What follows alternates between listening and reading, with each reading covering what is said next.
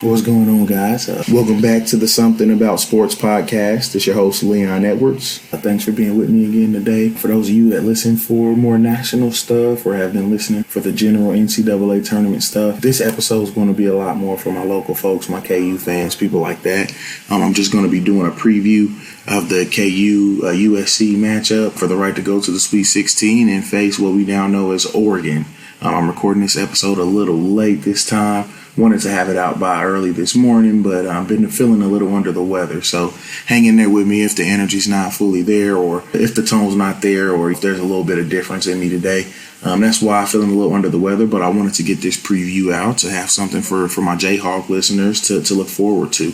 So we'll hop right into looking at this game and seeing what we have. I'll get into the more general NCAA tournament stuff throughout the rest of the week. We have the whole week until the Sweet 16, so I'll take those few days to look at each region and talk about some of the crazy stuff that happened through the first two rounds. So that stuff will be coming here over the next few days, so stay tuned in for that stuff for those of you guys that want to hear that. And then, of course, we'll be touching on other topics as well. NFL free agency is in full swing. NBA is coming down the home stretch of the season.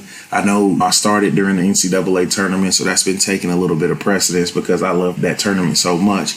But there's going to be a lot more we touch on in this podcast. So I have a lot more to come. Thank you guys that have been supporting and that have been listening consistently, and hopefully we can continue to grow this audience and we can continue to grow together. Let me hop right into KU-USC. First of all, I just want to say it's crazy that KU's even in this game. There's probably a handful of teams from the last 10 years under Bill Self at KU that would have lost that Eastern Washington game. It kind of goes back to what I said in my recap of that game. I think that speaks a lot to what this team is and what we thought this team was becoming. And now they're showing that every game. We thought this team was becoming a team that could win a lot of different ways, that could handle adversity and different things like that. And that Eastern Washington game showed that. I also think without the expectations on them as a 1 or 2 seed, and even as the lowest 3 seed, I think that changes the mindset of this team a lot. They don't have to get tight. They don't have to feel like they're letting anybody down because they've been counted out all year. I mean, there was a time this year where they were outside of the top 25, and there hasn't been a KU team that could say that in a long time. So I think that just speaks to another element that this team has always been good. They've always had a good collection of players. I think they figured out what makes them win, which is defense. And that's what's going to lead them to most of their victories. And now they have the confidence that they can win any type of game. Just look over these last 9 or 10 games they've played. They lost that overtime game to Texas, turned right around and blew Baylor out at home without barely even making any three-pointers. If they hit their average from three-pointers in that game, they probably beat Baylor by 20. They were just that much better than Baylor in that game. Then you turn around and you have the UTEP game and they come out and down by 15 with 10, 12 minutes left in the game, win that game. And then you lose David McCormick, you lose Jalen Wilson, you lose Tristan Enaruna. You have a lot of issues there. Jalen Wilson did get to play in that OU game, but he wasn't very effective. And then you still win that OU game and you have a first half like they had. So this team is proven what we thought they were becoming, a team that could win a lot of different ways, a team that can handle a lot of adversity. So I like that we're seeing that out of this team, and they're showing that now. I know a lot of my diehard KU fans can speak to that.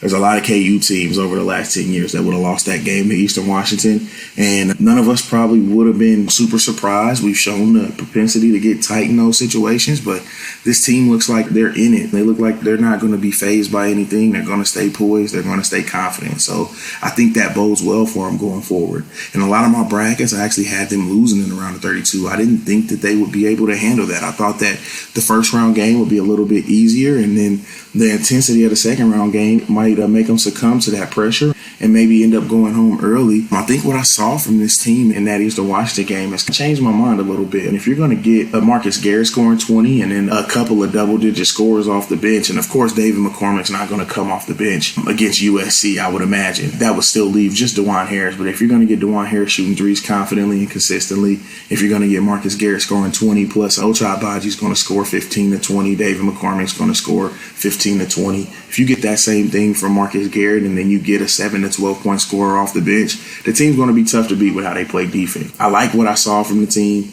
I like the look of the team in that Eastern Washington game, and I think that'll bode well for them against USC. USC coming out of the Pac-12. I don't know how familiar a lot of our KU fans are With the Pac-12 this year, I was actually pretty underwhelmed. I'm a night owl, so I usually stay up and watch some of those Bill Walton called Pac-12 debacles, I guess I could call it. Bill Walton, he's an entertainer first before he's an analyst, and a lot of people lament him for that. But I do like to stay up and watch those games. Those are usually the only games on late at night when you're up late. I'm a night owl most of the time. I would say I've watched a decent amount of USC and most of the Pac-12, and watching them play against each other was underwhelming, if I'm being honest. I never really walked away feeling like the Pac-12 was that good, but they're showing crazy good in the tournament. I don't think they've lost a game yet. I think our idea of what the Pac-12 has to change a little bit, and they probably also have a chip on their shoulder now because of that, because people were doubting their conference, because people didn't really believe that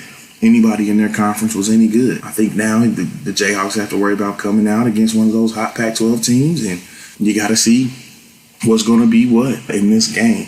So just starting in this game, looking at USC first, they have one of the top, I would say top 2. Some people may say top 3 or top 5, but they have one of the top NBA prospects in the country in Evan Mobley. I think I said before on the podcast that if I had the number 2 pick, I would take him. I think he's a really versatile kid. I think he's pushing 7 feet. He's really long. He doesn't have a whole lot of weight. He reminds me a little bit of maybe like a younger Chris Bosh. Didn't have a lot of weight, could play face-up, really good at the face-up game, really good passer, great defender. He's a great defender. He has great defensive instincts, and his athleticism just takes over after those instincts kick in. I think he's right after Cade Cunningham on my list of NBA prospects. Not everybody holds him in that regard, but I do. I really like Evan Mobley. I've liked him all season. He deserved the Player of the Year and the Freshman of the Year and Defensive Player of the Year. He swept the Pac-12 Conference Awards, and rightfully, he is that good. And Kansas has showed an ability to struggle with athletic teams. But the thing about this team is that it's not a full athletic team, and their guards are a little bit more so underwhelming, I would say,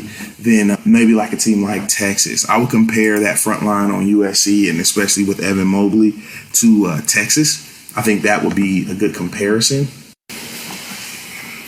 Evan Mobley and his brother Isaiah, both big guys. I think Isaiah's checking in at 6'10". Evan Mobley is checking in at 7 feet. So both big guys, both athletic up front. I think that'll present KU with some struggles, especially with Jalen Wilson not being at 100%. So the reports are that he'll be playing in this game. He'll be suited up. We don't know how much he'll be able to play, and we don't know how effective he'll be able to be. I think he would make a big difference, especially against Isaiah Mobley, just being able to stretch him out, keep him away from the rim. He does average a block a game. Evan averages 3 a game. He's a lot bigger shot blocker, so he'll still spend a lot of time around the rim. Evan Mobley will, just because he'll probably be matched up with McCormick, and McCormick plays so much inside. So I'd imagine they get him in some ball screens and pick and rolls to keep Evan Mobley away from just being that safety type of player in the paint. But Isaiah Mobley shoots a lot better from the 3 than his brother Evan, but Evan's willing to shoot it, which we saw with Tanner Groves.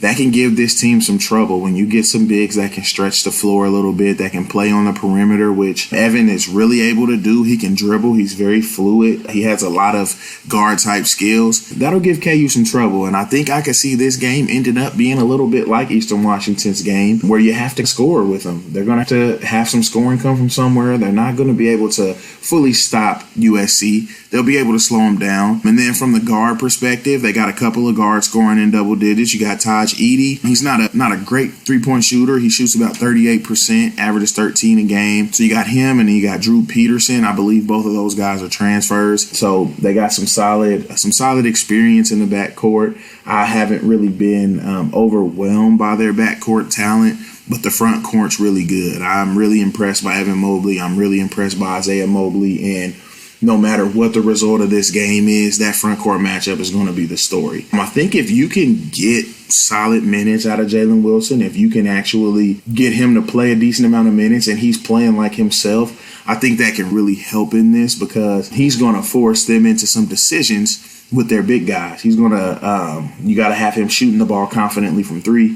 He's going to be crashing the boards, which the Mobley brothers combine for 16 boards a game. So you're going to need him. You're going to need McCormick actually showed well on the boards, 9 rebounds against Eastern Washington, which we know he has a tendency to not show that great on the boards. But you need a 10 to 12 rebound game from McCormick. You need a 10 to 12 rebound game from Jalen Wilson. And then it'll help if Christian Brown's good at crashing the boards. Marcus Garrett does do a decent job on the boards as well. It'll help if all hands are on deck on the boards. And then you got to make some shots. David McCormick, I think he settled in pretty nicely in that second half against Eastern Washington. I wouldn't be surprised if he came out and he had a really good game in this game. I think you probably have to take it right to Evan Mobley. I want to see him go at him. McCormick has the tendency sometimes to fade or to play the finesse game, but with a shot blocker like Evan Mobley, I just don't think that's going to be the most effective way to attack. Now, he is very fast with his post moves. He is really good at deceiving his defenders, so I do think he'll get some shots off past Evan Mobley, but he's got to go at him. David McCormick's a big guy. He's holding more weight than Evan Mobley. He's probably going to have a strength advantage over Evan Mobley, and I think he's got to impose his will a little bit more so than we see him like to do in most games. I think that'll be a big wild card. That matchup between Evan Mobley and David McCormick, that'll be a big wild card in determining this game. I think that Kansas's guards can pretty much, I think they can balance out the USC guards, and especially if you get those 20-point games from Marcus Garrett, you get a 20-point game from Ochai Agbaji. I could really see that going a long way towards Kansas winning this game. I do think that Pac-12 factor is probably going to play a role in this. The Pac-12 is watching each other and gaining confidence by the game of watching each other from that conference play. The Pac-12's played really well, and some of that's come against the Big 12 in surprising fashion. We'll see how that factor plays into it as well. But I do know the one thing that is going to be different that Kansas has most games, and I think that their season this year in the Big 12 probably has helped them with this. But they're not going to have the best player on the floor. Most years and in most games, KU usually has the best player on the floor as far as like in theory, as far as the most talent or the biggest producer or whatever kind of you want to look at it. I think this year has been a little bit different in that regard. I think it's actually been a lot more rare for that to be the case this season. Now, that's not to say that in those individual games, KU might not have had the best player on the floor, because we've seen some great games out of McCormick. We've seen some great games out of Ochai Agbaji, Marcus Garrett. We saw Christian Brown have a 30-point game early in the season. So that's not to say that Kansas doesn't end up having the best player at the end of the game, but coming into the game on paper, a lot of times this season, probably more so than I can remember in a recent Kansas team, they don't have the best player on the floor. And I think that having that experience this year has probably prepared them for this. And they can go into this game with a committee approach. USC is going to go into this game, and they're probably going to be looking at Evan Mobley to help carry them past the win against a good team, a big name team, a team that pretty much has been going to the Elite Eight almost every year, other than that crazy year where we got blown out by Auburn, which we don't really want to speak about. But other than that crazy year, KU's been pretty much a steady presence in the Elite Eight at least. And it's very rare, I feel like recently, that KU isn't at least making the second weekend. I do know that probably also puts pressure on some of these USC guys, especially the younger cats like Evan Mobley. He's grown up watching college basketball. He's seen Kansas play a lot. He's seen them probably have just as much success outside of national championships as any other program in the country.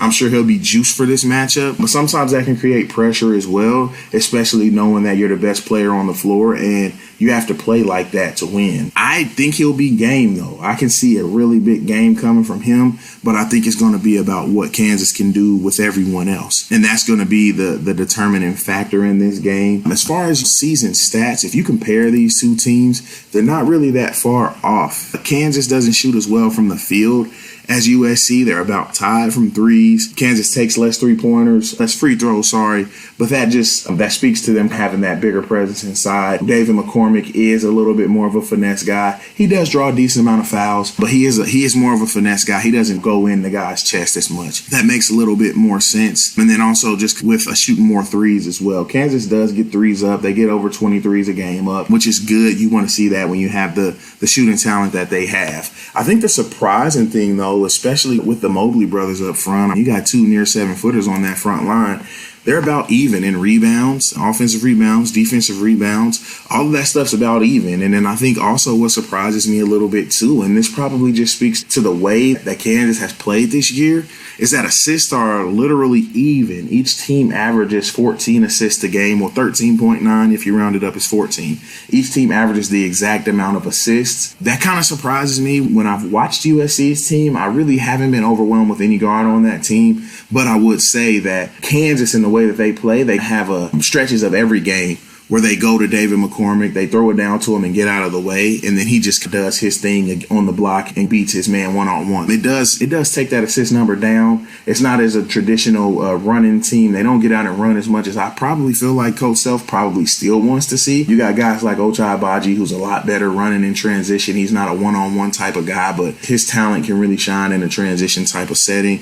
You got guys like Christian Brown, who could benefit from transition 3 opportunities. I think that'll be a big one in this game. Who can get out and run a little bit more? Kansas does do a little bit better at taking the ball away. That probably mostly is Marcus Garrett and DeJuan Harris. DeJuan Harris seems like he averages 5 steals a game. I know he doesn't, but he does seem like it. He gets his hands on so many balls throughout the game. He's in almost every passing lane he's around. I think him and Marcus Garrett will be huge in that regard. They got to make those guards uncomfortable. If you let any of those guards on USC get comfortable and then you have Evan Mobley doing his thing, it could be a long night. And it could quickly become a long night. Turnover-wise, foul-wise, surprisingly very close. Each team averages 12 turnovers. Each team averages exactly 15.3 fouls. Looking at this game on paper and comparing the stats of the two teams, it's actually staggering how close they are statistically from a 3-6 matchup. But that just speaks to the type of team each team is, but also the different ways that Kansas has had to win games this year. I think that all balances out to being a team that isn't super great at anything, but good at a lot of different things. And I think that does speak to that because they had to win games so many different ways. They've had stretches of this season where they played through the guards. They've had stretches of this season where they've relied on McCormick and Lightfoot and the rest of the bigs. I think you just see that bear out in the season stats. But on paper, this actually looks like a very even matchup. I think we're in for a pretty good game. I'd be surprised if either team blows the other out. But of course, we would have been surprised if Oregon blew out Iowa, and that's exactly what happened today. And now I'm giving you guys a cheat on the timing of me recording this. Like I said, I've been feeling under the weather most of the day, so I'm recording this a little bit later than I probably would have liked to. But I do already know the outcome of that other game, and I think I spoke to that earlier. But everybody was surprised with that outcome. So I'm not saying it's not a possibility either way. I'm just saying as far as how evenly matched these teams are statistically, with how good Kansas is defensively, I think they'll come up with some ways to at least frustrate Evan Mobley a little bit. I think with having David McCormick have a game under his belt, get his feet under him a little bit in the tournament, I think that'll help quite a bit. I think that'll help him be able to be ready to face off against that great front line of USC. And then I think it'll also just give Kansas the confidence that they got their big guy. And then you're getting Jalen Wilson back as well. He hasn't been a big scoring presence recently like he was at the beginning of the year, but he does do a lot of other things. He gives great effort defensively. He's not the best defender, not the best on-ball defender, but he gives great effort, and he rebounds like his hair's on fire. Having him back, having that energy back, having the ability to play some different lineups that you aren't able to play when he's not out there, I think that'll also instill some confidence in the team, and I think that'll help them just have that extra oomph, knowing that the majority of their rotation guys are back. I know Tristan Enaruna is a part of the team. He hasn't really played a whole lot recently, so they will have most of their rotation back in this game, but you want to have the full team in total. So if they can get this win tonight against USC, then you get Tristan Enaruna back in Indy, and you have the full team, and then maybe they can go into the Sweet 16 with some momentum. But you got to get past USC first. I think I'm gonna change my pick. I really didn't anticipate Kansas making it out of the first weekend just because of the way that they were playing, and I really did think that Eastern Washington game will go a lot differently. I thought that the Eastern Washington game would be a challenge for a little bit, but I thought they would pull away, they cover the spread, and they kind of cruise to a comfortable win late, and then they get hit in the mouth a little bit in that second round, and it would catch them off guard. But I think they took that punch in the first game, and they punched back big time in a way that a lot of people probably didn't expect this team to be able to, me included. I didn't really see this team scoring 90 in an NCAA tournament game at all, and if If I had to make a prediction that if this team had to score 90 in a game to win, that they wouldn't. My prediction would be that they would not win that game. That's not how they've proven to be at their best. They've proven that they're at their best when the games are played in the 50s and 60s, and they're making the other team play bad. But you get 70 points from 3 players like Eastern Washington did. You got to do some scoring, and this team was confident doing that. They got 20 points and a half from McCormick, which I thought was huge. But I think that really just watching this team and watching the composure, watching the energy they play with and the poise that they play with, they never really seemed like they were worried at all. I never really felt like anybody on the team was pressing at all. I think watching that really encouraged me for what was to come in this tournament for Kansas as far as just winning this game and maybe even making some noise later on down the road. Of course, if Gonzaga makes it to the Elite Eight, I still don't see anybody beating them.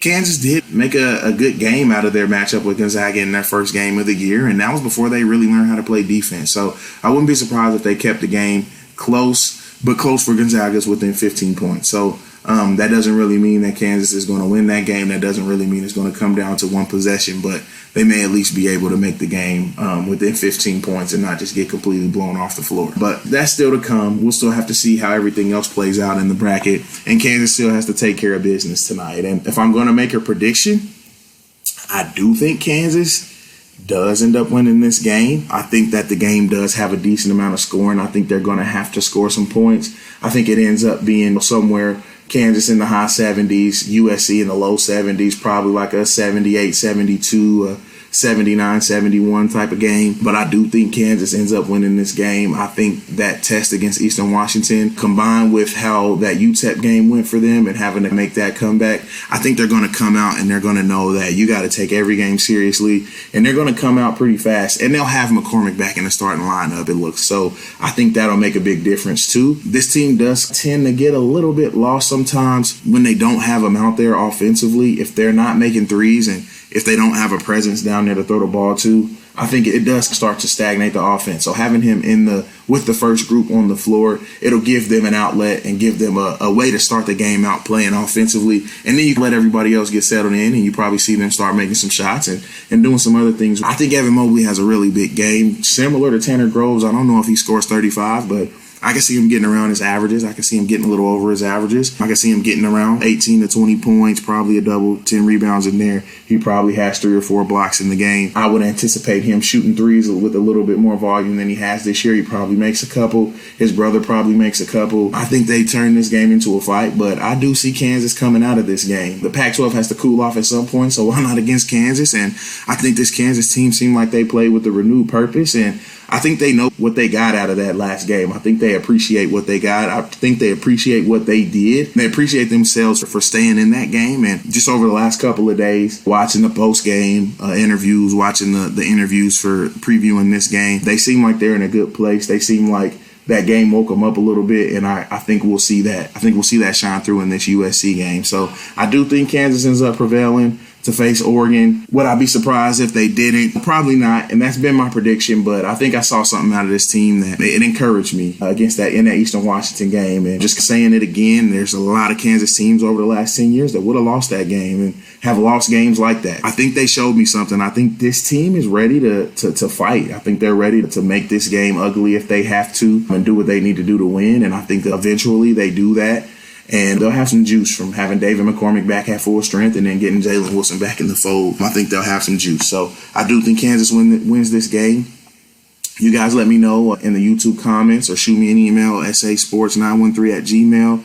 I will get the social media pages will be up this week. I'll get the Instagram up. We'll get some other pages up as well. So we'll be posting previews. We're trying to keep building this, keep sharing this with people. People love sports, people that love our local sports. And there's plenty more to come. This is a short one. I just wanted to talk about that game, but be looking for the next couple of days. I'll recap the rest of these games from the tournament, and we'll look forward in the tournament and look at some other things as well. My final prediction, I'll say Kansas 78, USC 72.